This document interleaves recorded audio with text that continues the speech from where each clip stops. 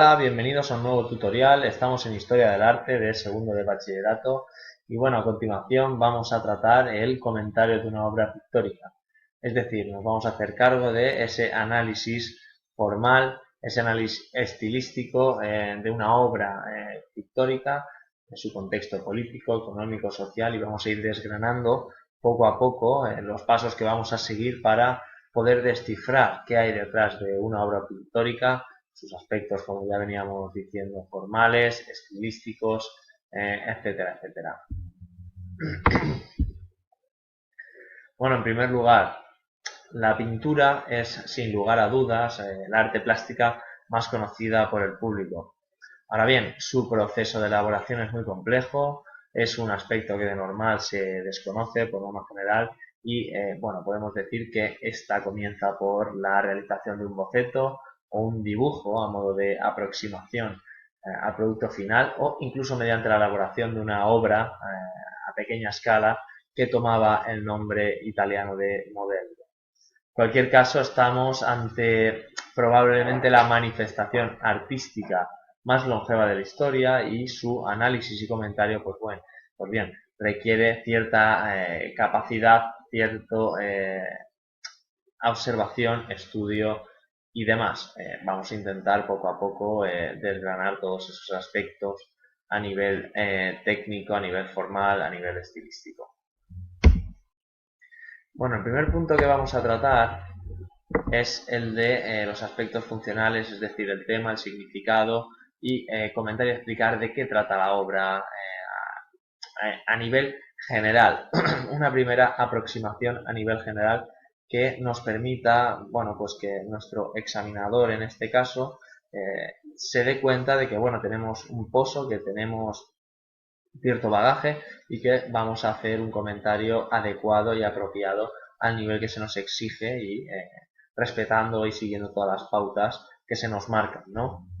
Bueno, como podemos comprobar, tenemos diferentes aspectos, funciones, significados a nivel religioso, histórico, eh, a nivel de paisaje, bueno, género, los que se han llamado siempre géneros menores, ¿no? Como el paisaje, el retrato, el bodegón, y también el cuadro de género o costumbrista. Bueno, vamos a ir viendo ejemplos poco a poco. Aquí tenemos una pintura totalmente mitológica, ¿no? Que habitualmente hacen referencia tanto a mitos paganos de la antigüedad como a iconografía cristiana. Bueno, en este caso tenemos la famosa Primavera de Botticelli delante, ¿no? En el campo mitológico, 1477. Mientras que, por otro lado, tenemos las bodas de Caná de Veronés en 1563, que también aúna ciertos aspectos parecidos a este tipo de escenas, pero en este caso hace mención a una escena de carácter religioso, ¿de acuerdo? Bueno, también debemos destacar las escenas históricas que se refieren a hechos históricos clave, ya sean batallas, acuerdos, concilios, reuniones. Bien, en el ejemplo que tenemos a continuación, pues bueno, se nos muestra la rendición de Breda de Velázquez, ¿no? En el cual se ve la entrega de llaves, ¿no? De los vencidos a los vencedores. Mientras que en el siguiente retrato, bueno, observamos a Carlos V, que Tiziano lo inmortalizó, ¿no? En esa famosa batalla de Mühlberg en tierras germánicas, ¿no? Y tiene esos tintes históricos. Bueno, otro de los géneros que vamos a tratar, lo que siempre es muy conocido estos géneros, es decir, los paisajes, retrato, los bodegones como géneros menores, pero bueno, también tienen su complejidad y tienen su, digamos, recorrido.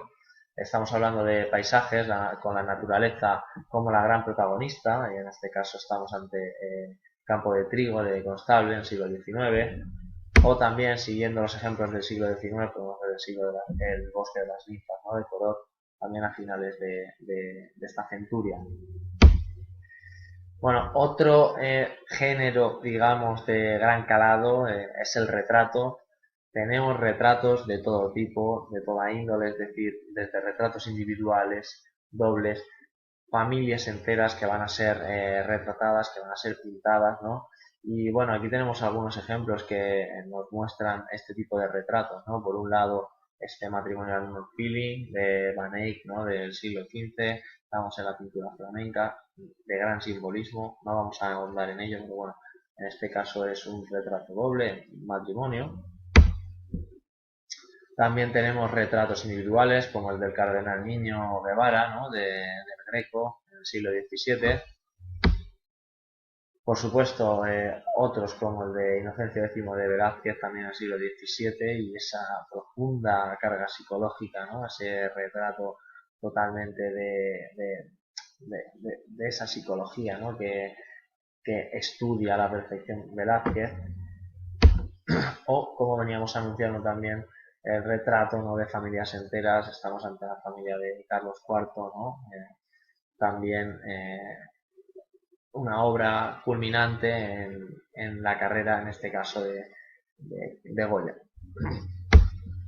Otro de los géneros, en este caso, de los que en ocasiones y de manera despectiva se ha considerado como menor, no es el bodegón, y es un género que empieza a desarrollarse enormemente a partir del barroco y que tiene, como podemos observar, elementos fundamentales como son los alimentos, las vajillas, la naturaleza muerta y sobre todo, y por supuesto debemos de tener en cuenta los bodegones que Zurbarán realizará durante el siglo del Barroco.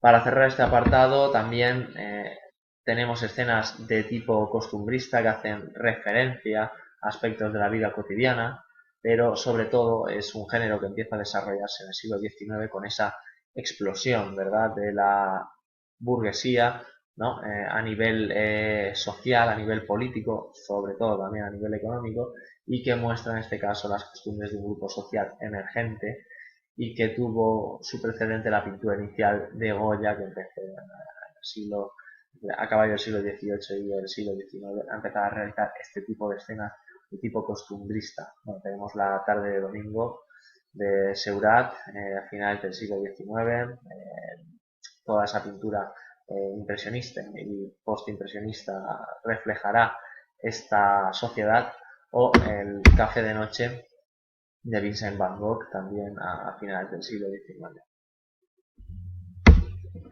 Bueno, hasta aquí hemos visto el primer apartado, los tipos de pintura, de géneros, función, su tema que tenemos que desarrollar.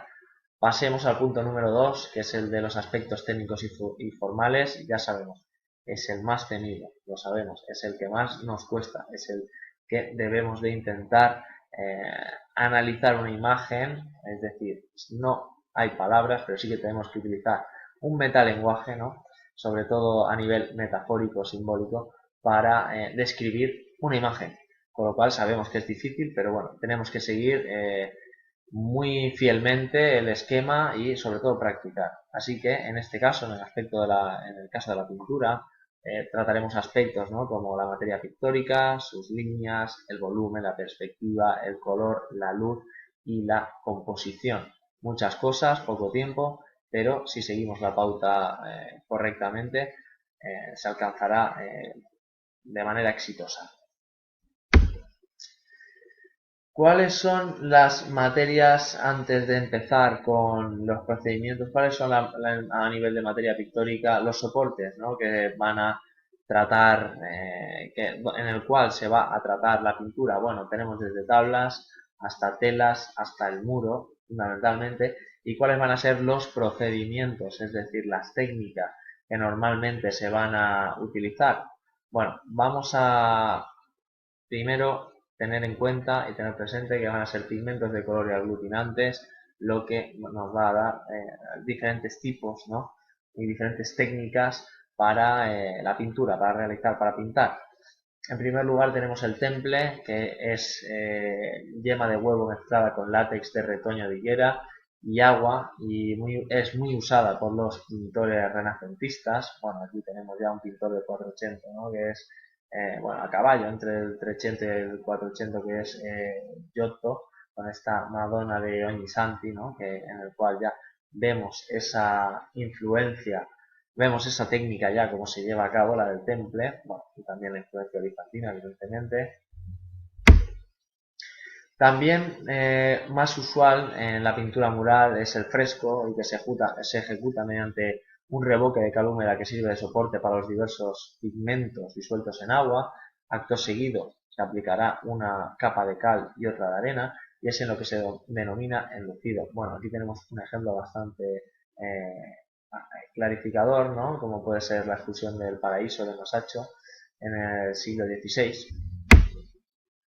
También el óleo sobre tabla, sobre lienzo, es una técnica muy común mezclando pigmentos de aceite y destacará sobre todo por su color y su brillantez y permitirá rectificaciones, algo que es novedoso, que se pondrá muy de moda en esta técnica, sobre todo seguirá siendo muy usada hasta la actualidad, la más común, ¿no? Sobre todo con los primitivos flamencos, ¿no? En el siglo XV después de Cristo.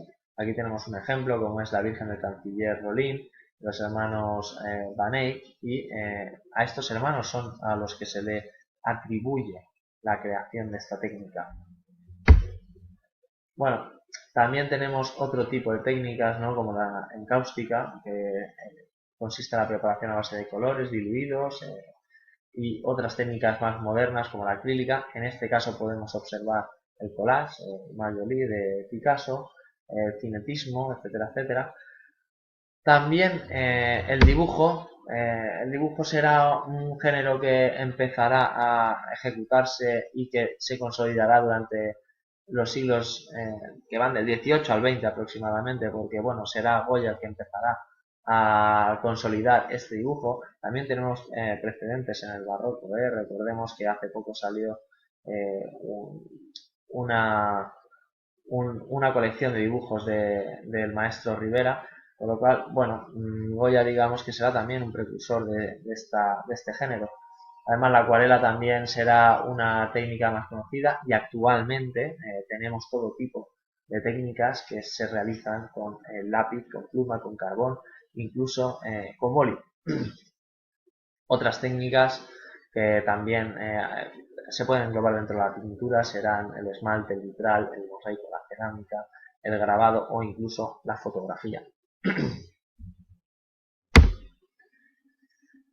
En cuanto a las líneas, vamos a observar diferentes líneas compositivas de las imágenes, ¿no?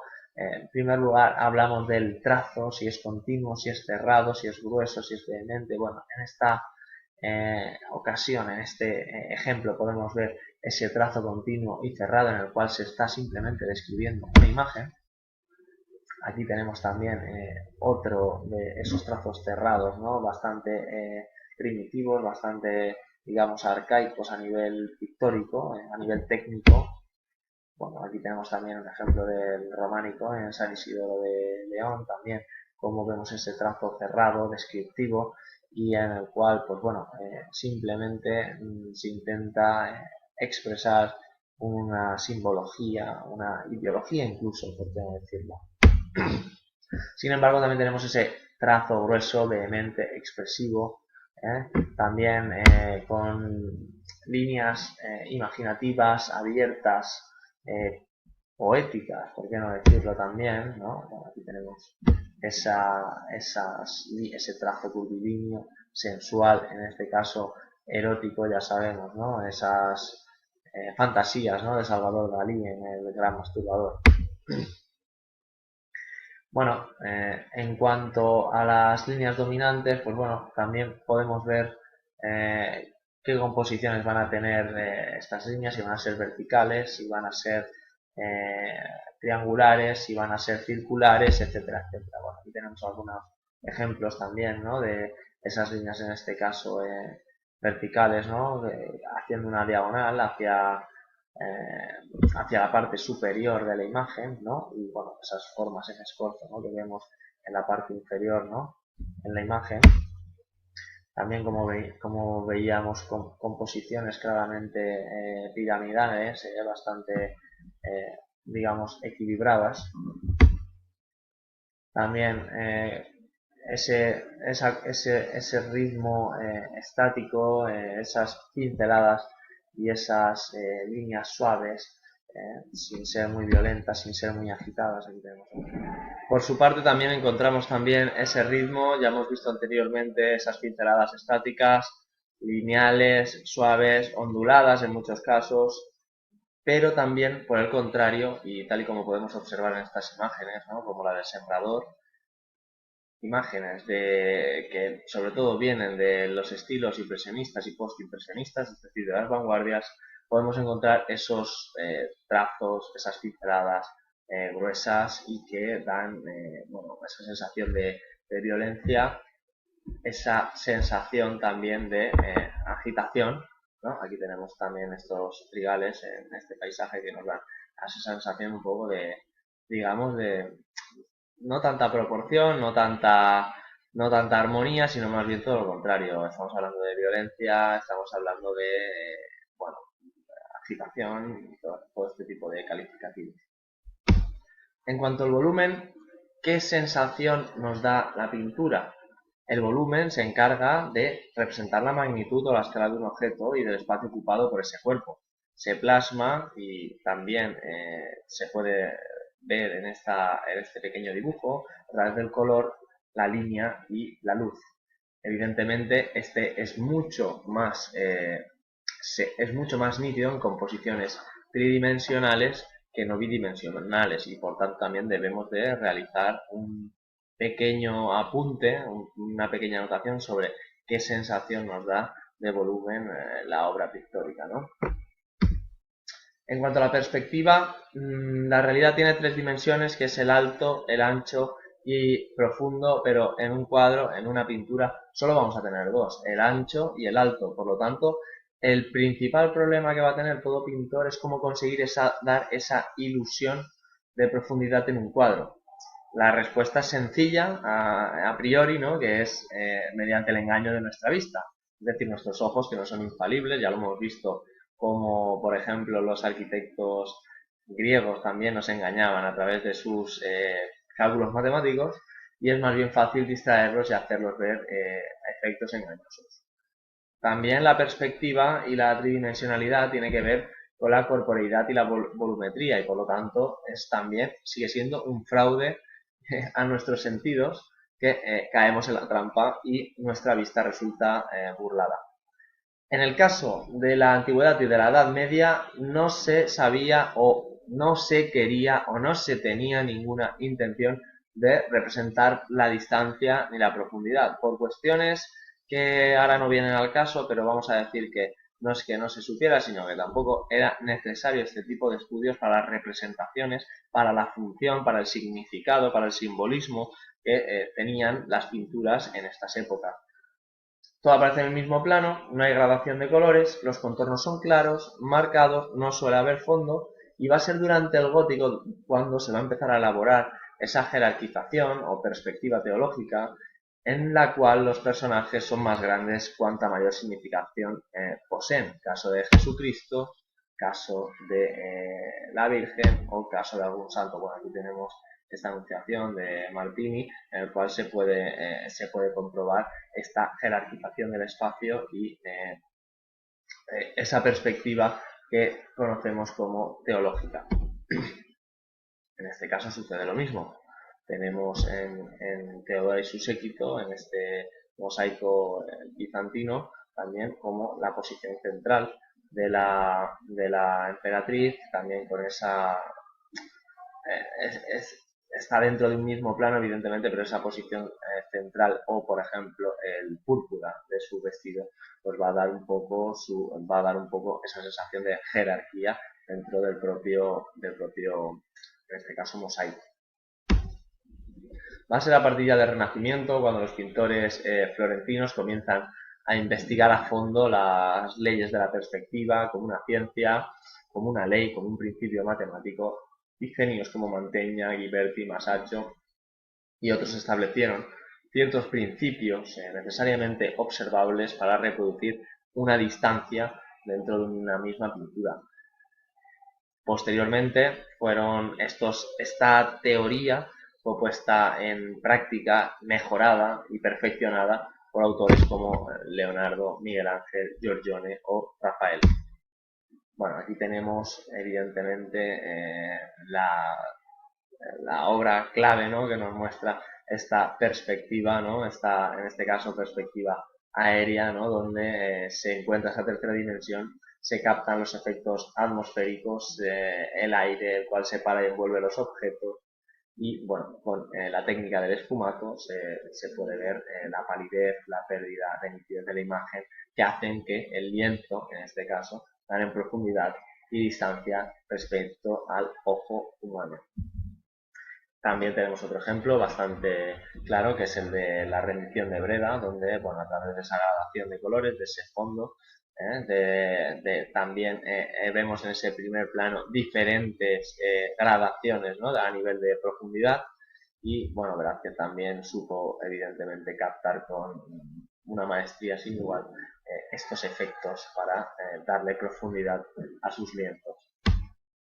También en el caso de las meninas es, es un ejemplo bien claro, ¿no?, cómo observamos diferentes planos, cómo observamos a través de la gradación de la pintura esa sensación de aire, tratando el color y teniendo en cuenta este pequeño cuadro que tenemos a continuación, podemos distinguir dos grandes grupos, ¿no?, que son los colores cálidos, hace referencia, pues bueno, al rojo, al naranja, al amarillo, al ocre y demás, incluso algún verdoso, hasta los colores fríos, ¿no?, y que, bueno, son tonalidades más oscuras como el azul marino, violeta y demás.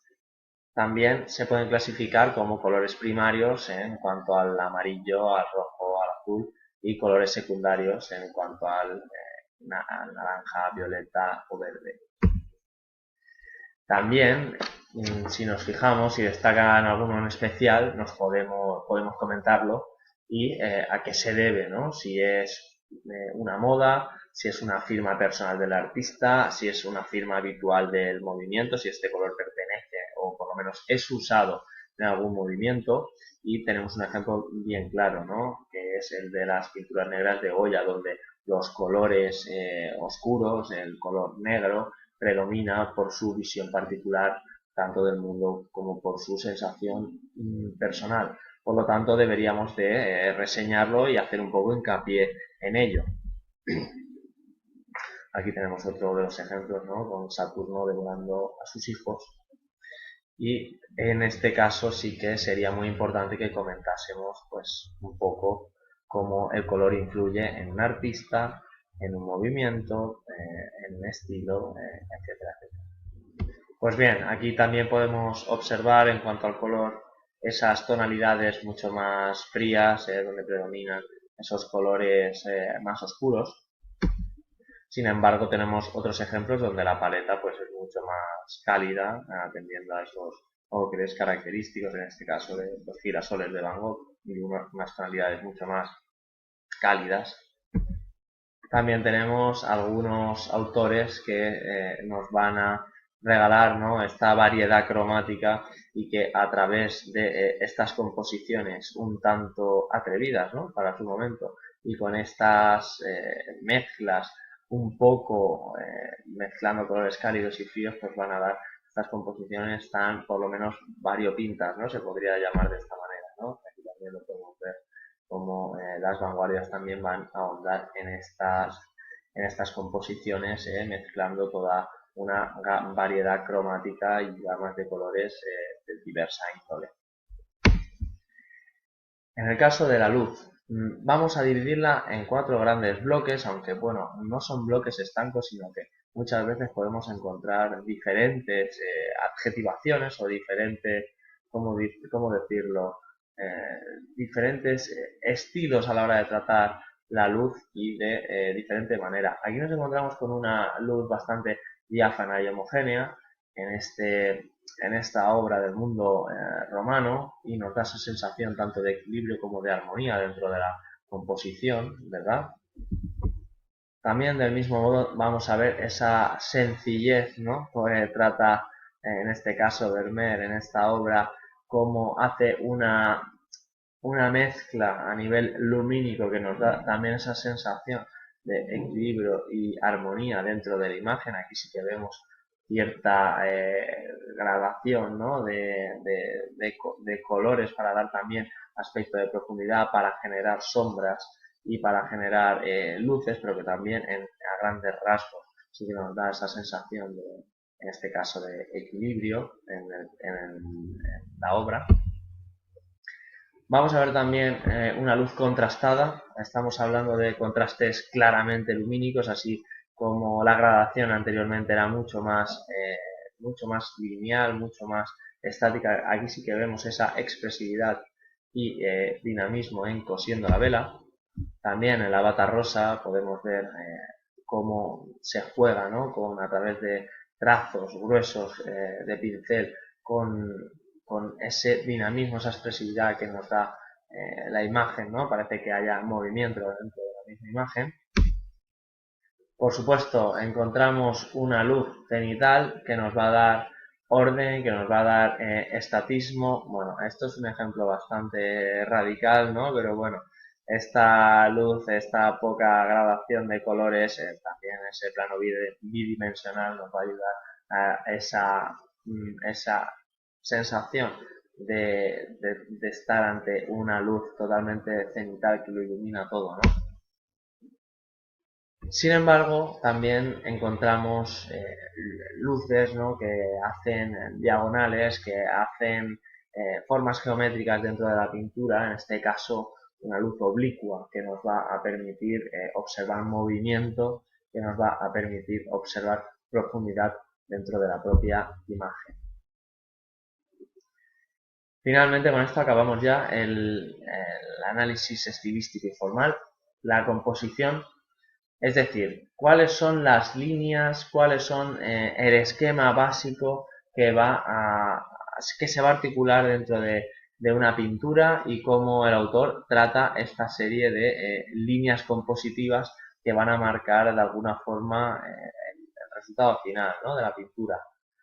Estamos ante una composición bastante cerrada en este caso, que nos da estabilidad, donde el ojo marca un punto central, en este caso la figura de Jesucristo, y bueno, nos da esta sensación de ser una composición totalmente cerrada, ¿no? Donde hay un punto de vista fijo, que es el de Jesucristo central, y a partir de ahí se articula el resto del espacio, ¿no? De hecho, bueno, están un poco hasta como rodeándolo, ¿no? Los otros personajes que aparecen dentro de la composición, y por lo tanto estamos hablando de una composición bastante cerrada. Sin embargo, tenemos también composiciones totalmente abiertas. En este caso tenemos varios puntos de vista, tenemos varios planos, tenemos una cierta apertura, ¿no? a diferentes lugares en los cuales debemos de prestar nuestra atención. Aquí lo podemos observar mejor, como hay diferentes planos en la parte delantera, nos da esa sensación también de profundidad, ¿no? En este caso, en esta escuela de Atenas de Rafael, y bueno, en este caso podemos decir que la composición es una composición bastante abierta,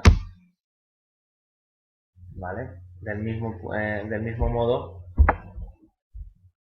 con Botticelli también podemos observar que existe un plano central en este caso, que es el de Venus, pero también como los personajes que la flanquean también nos hacen dar sensación de tener una composición bastante abierta, una composición en la que nuestro ojo se aproximará tanto a la parte izquierda de la imagen como a la parte derecha. Hablamos también de equilibrio y de armonía. Bueno, las composiciones en forma triangular, piramidal, también nos van a ayudar a dar esa composición que de normal podemos denominar como piramidal en esa clara búsqueda de una forma geométrica, de un estudio totalmente matemático de la imagen. Bueno, aquí tenemos el desprendimiento de Beyden, de Van der Weyden. Sin embargo, en el matrimonio Arnolfini, ¿no? de Van Eyck, podemos observar esa simetría, ¿no? de la imagen, donde tenemos una forma totalmente rectangular de la imagen o cuadrada, no en este caso, sino a nivel general, y que nos da esa sensación de orden de claridad en el cual todos los elementos de la imagen están claramente delimitados, ¿no? En este caso se articula en torno a dos personajes, ¿no? Y bueno, hay mucho orden, hay cierta, no estatismo, pero sí simetría a la hora de realizar también esta composición. También nos podemos encontrar con composiciones oblicuas, es decir, donde hay movimiento, donde hay planos en diagonal, donde aparecen representados focos lumínicos, figuras en diferentes poses. En estos pastores de Arcadia podemos observar estas formas oblicuas donde cada personaje pues, bueno, está representado con una posición diferente y donde también las líneas, ¿no? Pues bueno, se entrelazan un poco entre ellas. También nos da sensación de una composición centrífuga, centrípeta, también entre varios puntos de vista que se escapan, ¿no? En este caso, pues sí, es verdad que tenemos un plano central, pero esas líneas, ¿no?, que van a marcar la composición, pues bueno, a base de diagonales, van a marcar un poco esa sensación de caos, incluso de confusión, en cuadros como por ejemplo los que tenemos a continuación. Finalmente, y con esto ya acabamos el análisis estilístico. Recordad siempre, es como tanto la arquitectura como la pintura, autor y encuadramiento cronológico y espacial. Si sabemos el autor y sabemos su encuadramiento, pues mucho mejor, y comentar algunos aspectos biográficos si es posible. El estilo y su fase, sus características generales, es decir, su cronología también muy importante, el lugar, también decir qué obras no son coetáneas a esta y si se puede dar algún apunte sobre ello, muchísimo mejor. Influencias recibidas, es decir, elementos heredados de otras épocas, de otros estilos. Ya sabemos que la historia del arte, al igual que la historia y al igual que muchas disciplinas, por no decir todas, no son compartimentos estancos, sino que reciben influencias de tanto heredadas, ¿no?, como elementos originales, que es el siguiente punto a tratar de la obra, y las innovaciones que van a aportar a la historia del arte en general.